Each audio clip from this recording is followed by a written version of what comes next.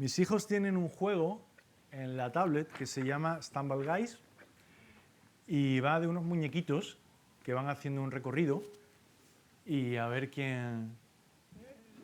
va como una cuenta atrás, entonces se van eliminando los que les pasa algo por el camino y se va cada vez, solo se clasifican los 10 primeros, los 5 primeros, así hasta que gana. Aquí estamos igual, ¿no? Con la gripe, con el puente, estamos aquí los que hemos llegado. Que el Señor nos bendiga a todos, ¿no? Conceda, no sé si un premio es la mejor palabra, pero que nos bendiga. Voy a beber agua.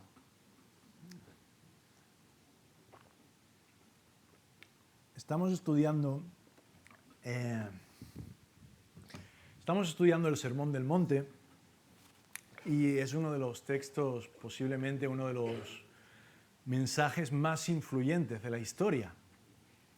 Y en la sección que en la que vamos a meditar hoy, Jesús usa dos metáforas para hablar a sus discípulos, para explicarles algo. Y Él les habla acerca de la sal y acerca de la luz. Le dice, ustedes son la sal de la tierra, vosotros sois la luz del mundo. Y eso viene, si lees el Evangelio de Mateo, y si recuerdas la predicación anterior, eso viene después de las bienaventuranzas, después de que Jesús haya dicho, bienaventurados los pobres en espíritu, los mansos, los humildes, los pacificadores. Claro, si tú tienes en cuenta esas virtudes, no parecen el tipo de virtudes que cotizan en alto hoy, ¿no? No parecen el tipo de virtudes que esperarías de alguien que va a influir en el mundo en alguna cosa, más bien parecen virtudes de debilucho, ¿no? O cualidades de debilucho. Por eso la pregunta que John Stott hace en un libro que tiene sobre el Sermón del Monte es muy pertinente. Él dice, ¿qué influencia pueden tener personas tan aparentemente débiles en el mundo? Jesús responde afirmando que la clave de esa influencia depende de ser diferente. Pero claro, ser diferente es un poco... Uno puede ser diferente y ser simplemente un excéntrico, ¿no? Ser un tío raro. Y eso no significa que tengas ninguna influencia en el mundo. Puede ser completamente, ¿cómo te diría yo? Irrelevante, no sé, para el mundo, aunque seas diferente. Entonces la clave de esa diferencia es que esa diferencia se produce por semejanza a Cristo. Ahí está la clave. Entonces vamos a tener nuestra lectura en el Evangelio de Mateo. Os invito a buscar el capítulo 5 y vamos a estar leyendo en el versículo 13 en adelante.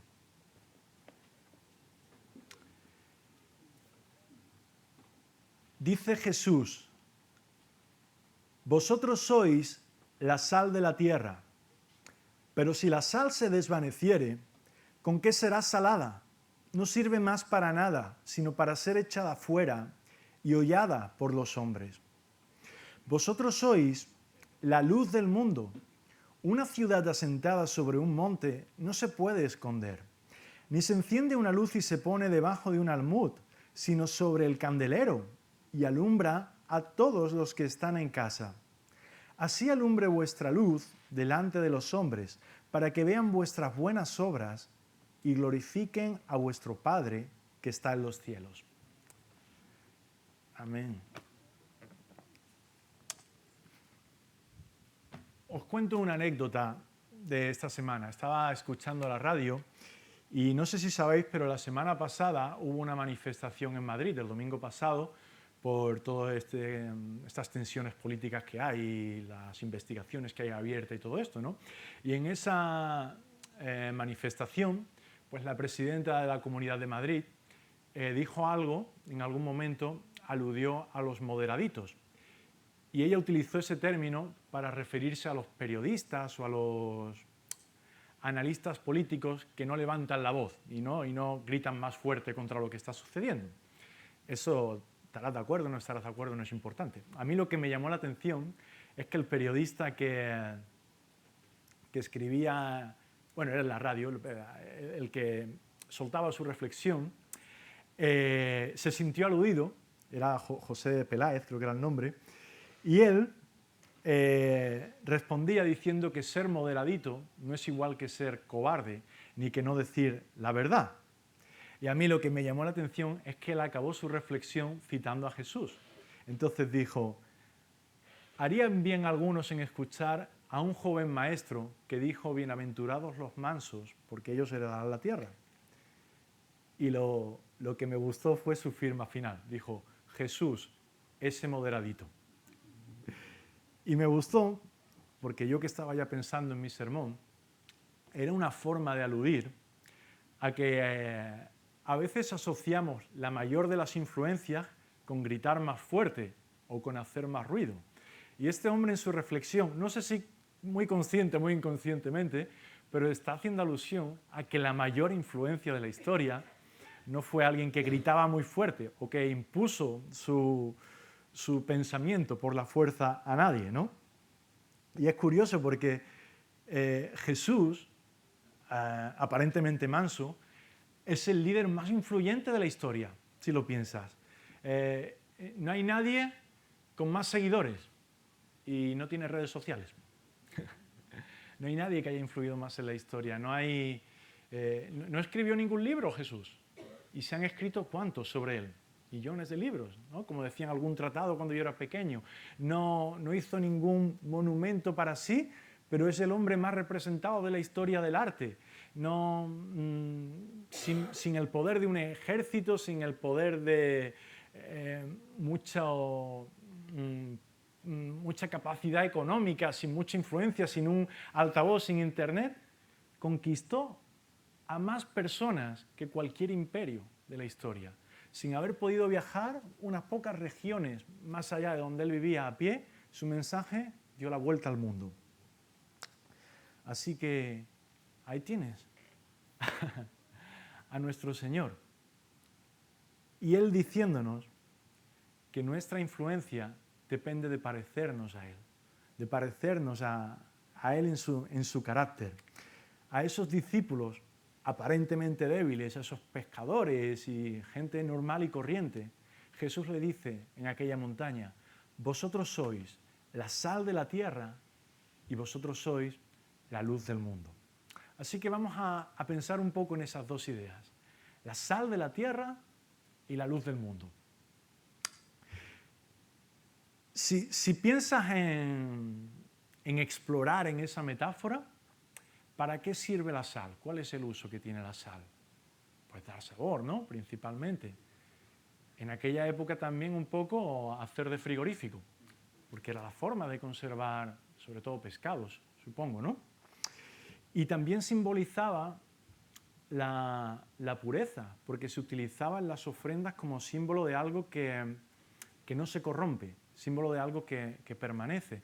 Así que cuando Jesús utiliza esta metáfora de vosotros sois la sal, está evocando un poco esas tres ideas. Entonces vamos a explorar un poquito eso más a fondo.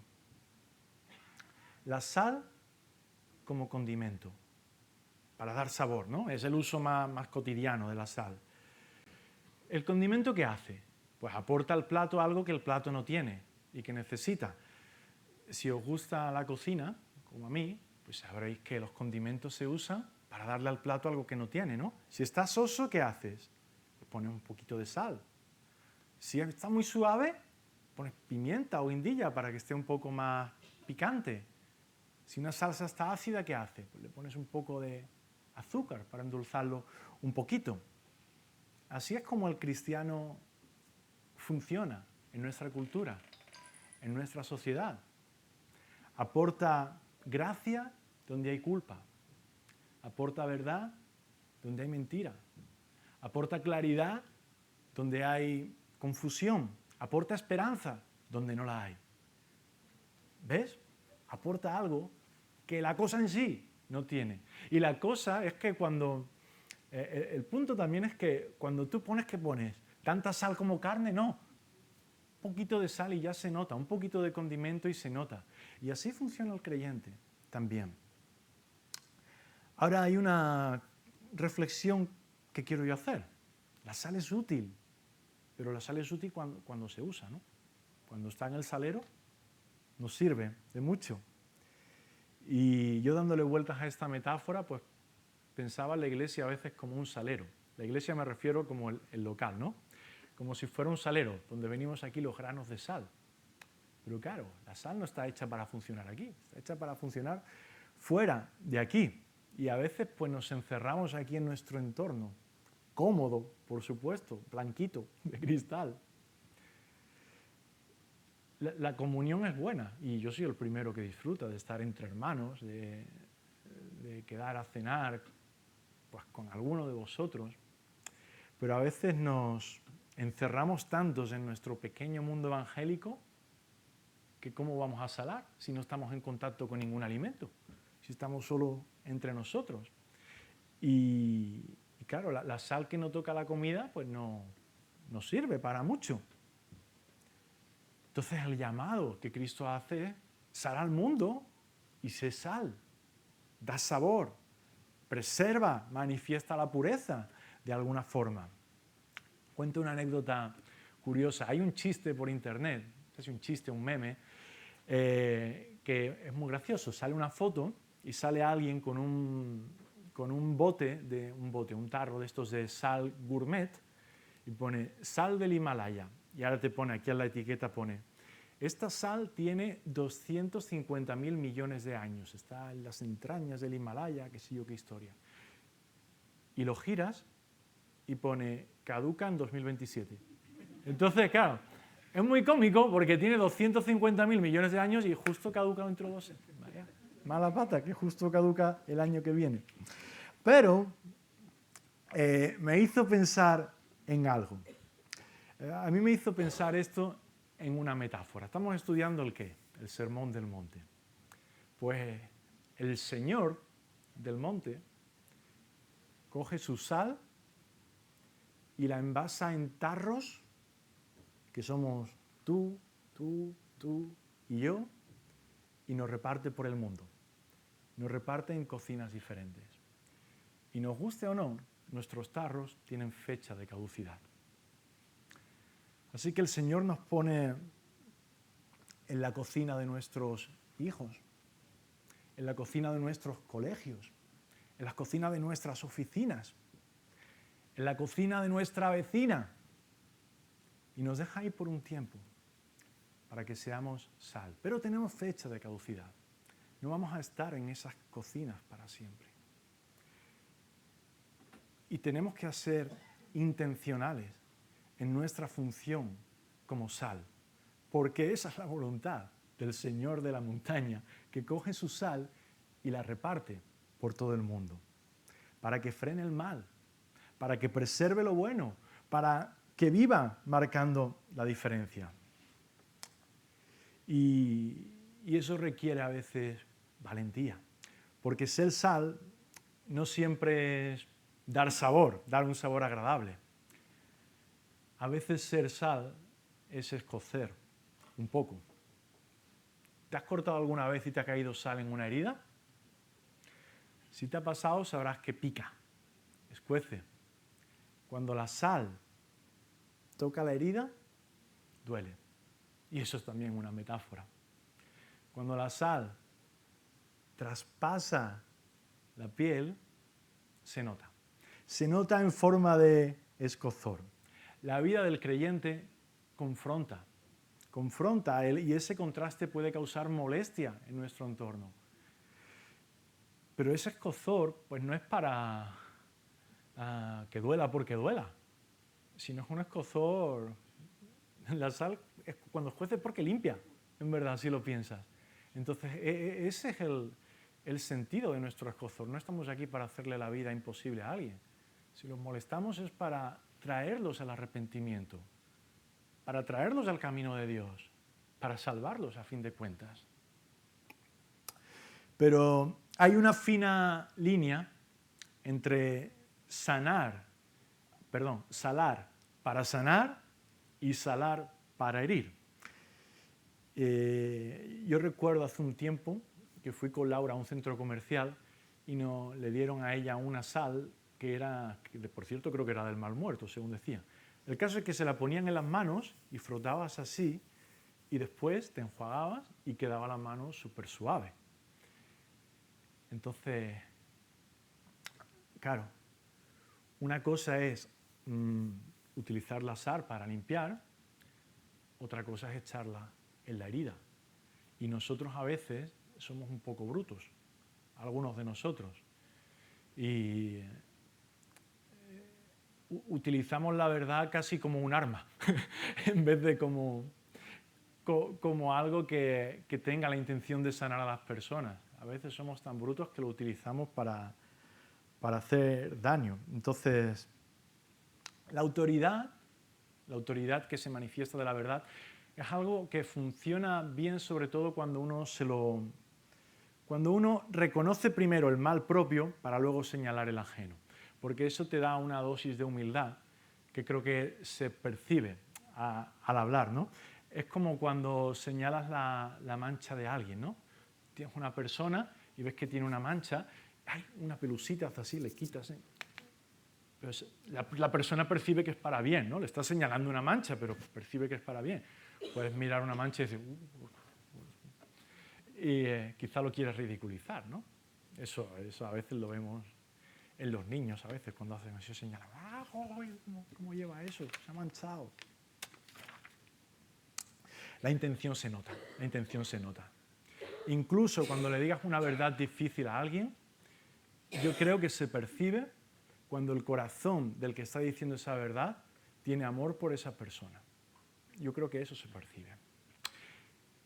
Vosotros sois la sal de la tierra, y continúa el mensaje. Vosotros sois la luz del mundo, porque parece que Jesús esté, no sé si completando la ilustración, pero haciéndola al menos más grande, porque la sal preserva. No solo se trata de preservar la comida, hay que cocinarla. ¿La luz qué hace? Da calorcito y calienta la comida. Bueno, vamos a ver qué dice Jesús. La luz es externa al mundo. Si lo piensas, el mundo está a oscuras. Ahora tenemos farolas y cosas de estas, pero el mundo en sí mismo está a oscuras. ¿Dónde viene la luz? La luz viene de fuera. Esto pasa en el mundo físico, ¿no? Pero el mundo espiritual no es muy diferente. El mundo está a oscuras también. ¿Y la luz de dónde viene? ¿De sí mismo? No, viene también de fuera. Así que, por supuesto, el Señor Jesús es la luz suprema del mundo. Pero la cosa sorprendente de este mensaje es que aquel que dice que Él es la luz del mundo, nos dice que nosotros somos la luz del mundo. Algo así como el sol y la luna, ¿no? El sol, la luna brilla. ¿Por qué brilla la luna? Porque refleja el sol. Y lo que cuenta Jesús, lo que cuenta la Biblia, es que aquellos que se acercan a Jesús son como los fósforos, los cerillos, cuando los acercas a un fuego. ¿Qué les pasa? Que se encienden y se convierten también en luz y en fuego. ¿Por qué? Por ese contacto con el fuego. Pues eso es lo que le pasa al que se acerca a Cristo. Se convierte en una luz. Un cristiano sin luz no existe. No puede ser, no es coherente. Al menos si tienes en cuenta cómo Jesús define lo que es ser cristiano, no puede ser un cristiano sin luz. Porque un cristiano se ha debido encender en algún momento para ser cristiano. Entonces, ¿cómo se ve esa luz? ¿Cómo se ve esa luz? Pues se ve por medio de las buenas obras que hacemos. Y como evangélicos o como protestantes, cuando hablamos de buenas obras, igual nos ponemos tensos, ¿no? O tenemos la tensión siempre de decir, pero solo por gracia, pero la salvación solo por gracia. Bueno, la gracia no elimina las buenas obras, más bien las produce. La gracia no es la raíz de nuestra salvación, pero son el fruto.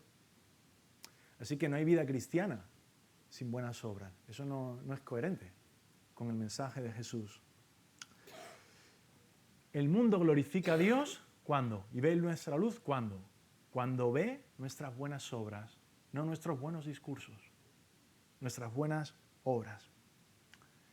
La cosa es que vivimos en un mundo y en una cultura que quiere que nuestra luz no sea pública, que no brille. O sea, queremos una cultura que trata, no sé si lo habéis notado, pero trata de que la fe se viva en privado. Por eso cada vez más en las escuelas no hables de tu fe. No, somos laicos. Se saca a Dios de la ecuación. Cada uno puede ser lo que quiera, pero en casa, no en la escuela. Igual pasa en el trabajo. Estás hablando en una cena con compañeros del trabajo y si sacas algo de la fe parece que no, este no es el lugar apropiado para eso. ¿Veis? Se trata como de que la fe se tolere de alguna forma, pero en lo privado, no en lo público. Pero claro, la fe cristiana no funciona así. Porque la fe cristiana se trata de brillar. No se trata de ponerle un candelero y que solo funcione en casa. Se trata de brillar y de brillar en el mundo. Nadie hace un faro a esta altura. ¿Dónde se hace un faro? Pues se hace bien en alto. ¿Para qué? Pues para que cumpla su misión de dar luz. Si no, no tiene ningún sentido. Ahora, lo triste de la historia es que muchos cristianos se sienten cómodos con esa invisibilidad o con esa forma de vivir la vida cristiana más en privado y no tener que hacerlo en lo público. Escuché una anécdota también en la radio. Bueno, una anécdota os cuento. Lo que escuché era lo siguiente. Hablaban en la radio sobre qué superpoder te gustaría tener. Y varias personas dijeron la invisibilidad. Y yo pensaba, caramba, como algunos cristianos que quieren ser invisibles. Porque así somos a veces. No queremos asumir el riesgo de ser diferente. No queremos asumir el costo de ser señalados o de ser aquellos que digan, pues no lo veo bien, pues no me hace gracia, pues no es justo. Y eso tiene un costo a veces. Y manifestarlo tiene un costo. Y a veces nos sentimos más cómodos, pues pasándolo por alto, no haciendo un comentario o haciendo como el que no se enteró de eso.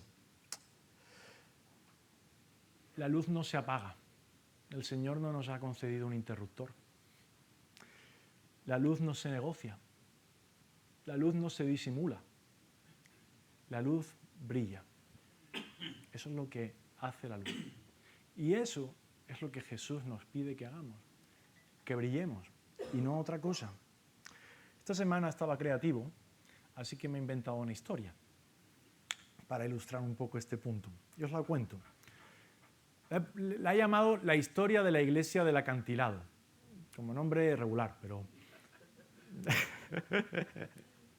El caso es que hace muchos siglos, varios siglos, había una iglesia construida en lo alto de un acantilado. Entonces la iglesia evidentemente no tenía luz eléctrica, estaba alumbrada por lámparas de aceite.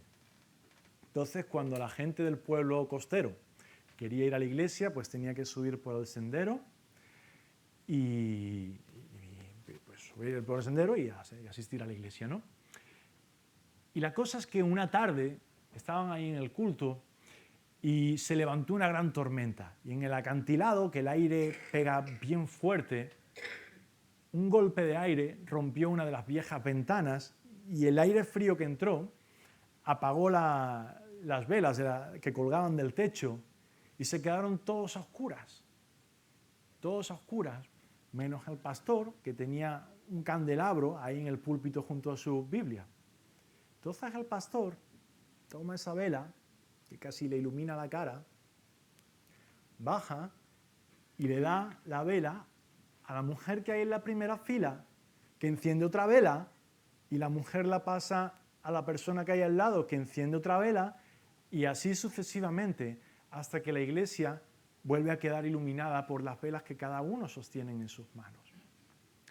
La cosa es que cuando pasa el temporal, la gente sale de la iglesia y tiene que bajar por el acantilado, ¿qué hace? Pues llevan las velas en su mano. La gente del pueblo, cuando mira hacia la iglesia, ¿qué ve?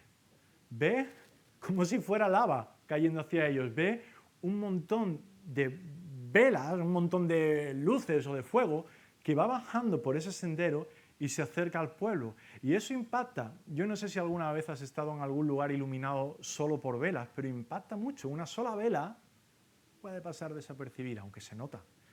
Pero un montón de velas impacta, producen un impacto en la gente y produjo un impacto en esa gente del pueblo, que miraba hacia esa iglesia que parecía que les enviaba un montón de luces a ellos. Así debemos funcionar nosotros. Como luces que quizá nos recargamos aquí dentro, pero que brillamos fuera, no aquí dentro. Aunque te sientas pequeño, si es que cualquier luz se nota. Estás en un cumpleaños, se pone a oscura, el niño cumple un solo año, una sola vela, pero ¿se ve o no se ve? Claro que se nota la diferencia de una sola vela encendida. Estamos llamados a brillar en el mundo y no en la iglesia. Y a veces quizá algunos de nosotros nos esforzamos más por brillar en un púlpito, con una guitarra, con un libro, pero en brillar en la iglesia o para la iglesia, en comparación con los esfuerzos que hacemos por brillar fuera de la iglesia. Quizá queremos conseguir, hay muchos seguidores, qué sé yo, en algo que estemos haciendo online, pero claro, si el enfoque está en brillar en el mundo evangélico, ese enfoque está mal de raíz, porque no se nos pide que brillemos en la iglesia, se nos pide que brillemos en el mundo. Eso lo cambia todo. Y muchos de nuestros esfuerzos deberíamos pensar a qué están dedicados, si a brillar en el mundo o a brillar en la iglesia. Stott decía que la influencia de la iglesia depende de ser distintos. Él dice, no estamos llamados a ser un eco de lo que el mundo ya es, sino a mostrarles una visión de lo que pueden llegar a ser. Jesús hace esa diferencia. Por un lado está la tierra, por otro lado está la sal de la tierra. Por un lado está el mundo, por otro lado está la luz del mundo. Son dos comunidades diferentes, el mundo y la iglesia. Ahora, la tragedia es tratar de querer encajar con el mundo. Esa es la tragedia. Porque no somos llamados a encajar con el mundo, sino a, más bien, encarnar en nuestra vida aquel que dijo, yo soy la luz del mundo, y que esa diferencia manifieste algo. Os cuento una historia de mi tío Juan, que hace tiempo que no os cuento nada de mi tío Juan, que ya tiene más de 80 años. Mi tío Juan es un fiel creyente que cuando yo era un adolescente recuerdo que más de una vez nos decía cuánto le extrañaba cuando escuchaba a alguno de nosotros decir que yo le quiero enseñar a mis amigos, quiero invitar que vengan para que vean que no somos tan diferentes, que no somos gente rara. Y él solía decir, ¿cómo le vas a mostrar que no eres diferente? Eres diferente. Y lo van a notar. Y él decía, y precisamente esa diferencia es la que te va a dar la oportunidad de testificar de Cristo. Y tenía toda la razón del mundo. Porque ser diferente provoca preguntas y eso abre puertas al Evangelio. A veces algunos de nosotros queremos predicar en el trabajo, dar testimonio, o en la universidad, donde sea, ¿no? Con nuestros vecinos, y no sabemos cómo, ¿no? Decimos, ay, es que no sé qué pensar, no sé qué argumento utilizar, no sé cómo mover la conversación hacia allá, no tengo esa, no sé, esa locuacidad, se dice, no tengo esa habilidad. No empieces hablando, empieza brillando. Vive un tipo de vida que genere preguntas a tu alrededor. Vive un tipo de vida que tus compañeros de trabajo, de estudios, se acerquen y te digan, oye, pero ¿tú por qué haces lo que haces? ¿Tú por qué no te quejas? ¿Por qué no te rebelas? Oye, ¿por qué no se la devuelves? ¿Por qué no mientes? ¿Por qué me ayudas tanto? ¿Te das cuenta?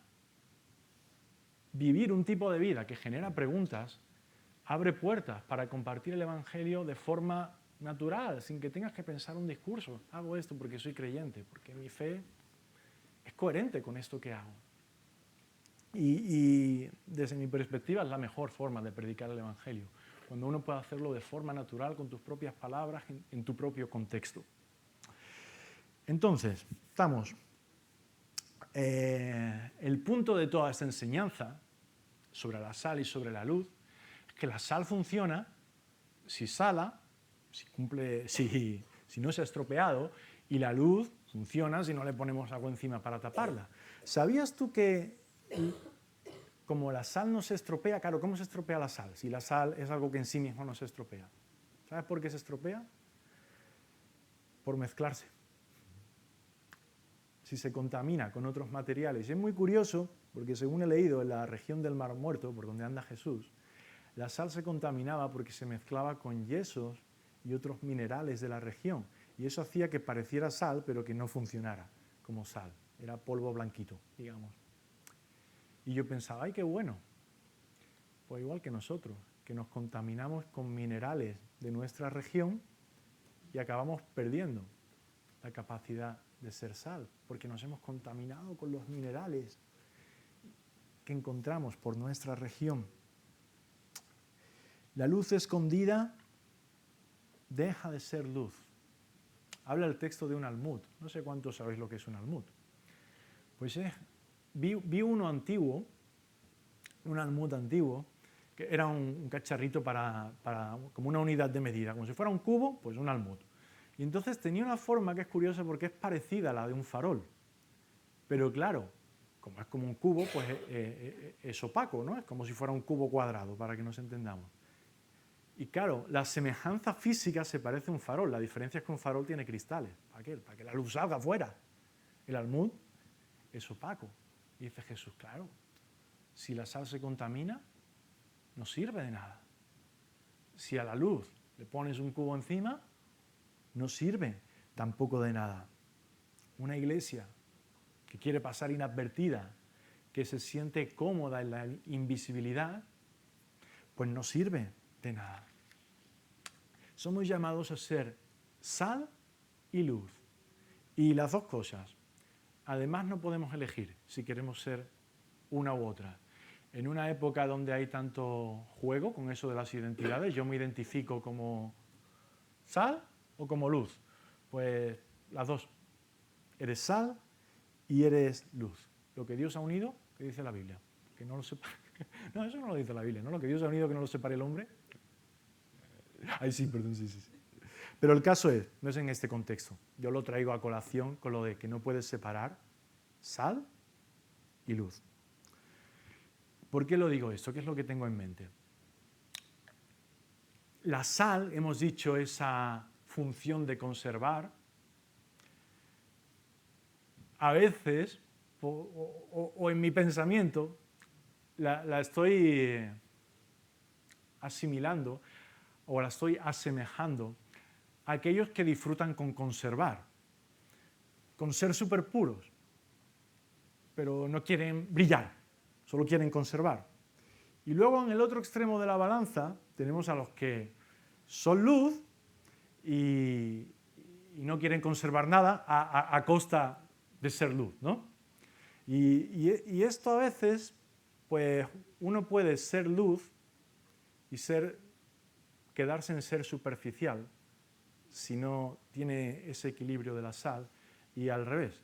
Uno puede ser muy conservador, digamos, y si no tiene el matiz de querer brillar, pues quedarse ahí en el mundo blanco inmaculado, pero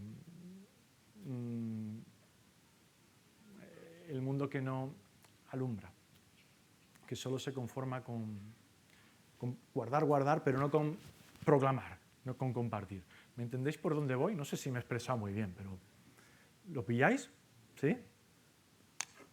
Pues somos llamados a ser las dos cosas, sal y luz, y no podemos conformarnos con una de las dos. Si Cristo nos llamó sal y luz, no podemos vivir como sombra y ceniza. El mundo se descompone, el mundo espiritualmente, y diría que materialmente también, no soy muy físico, pero diría que materialmente también, el mundo se descompone mientras la Iglesia a veces duerme o se relaja demasiado.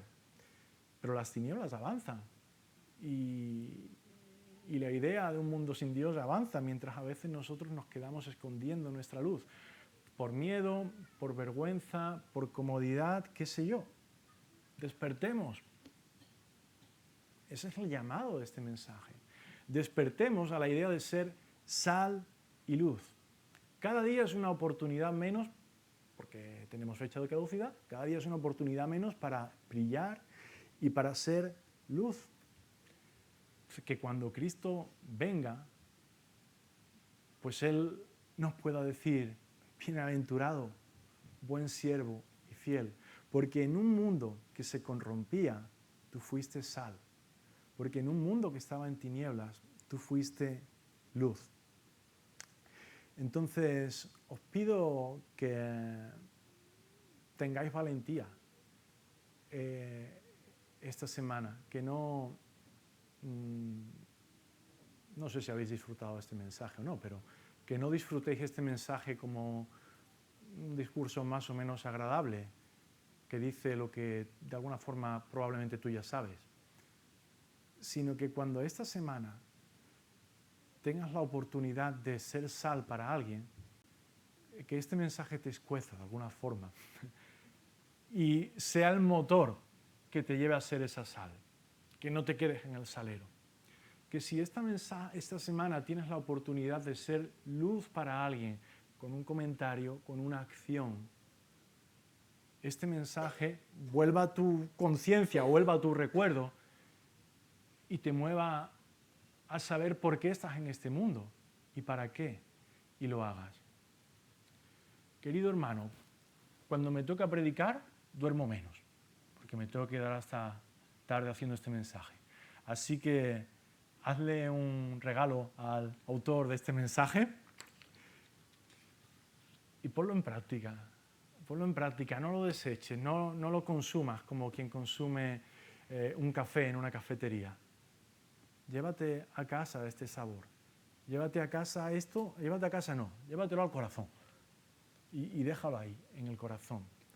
Para que cuando nazca la oportunidad, sea esta semana, sea estas Navidades, qué buena oportunidad para ser sal y luz estas Navidades.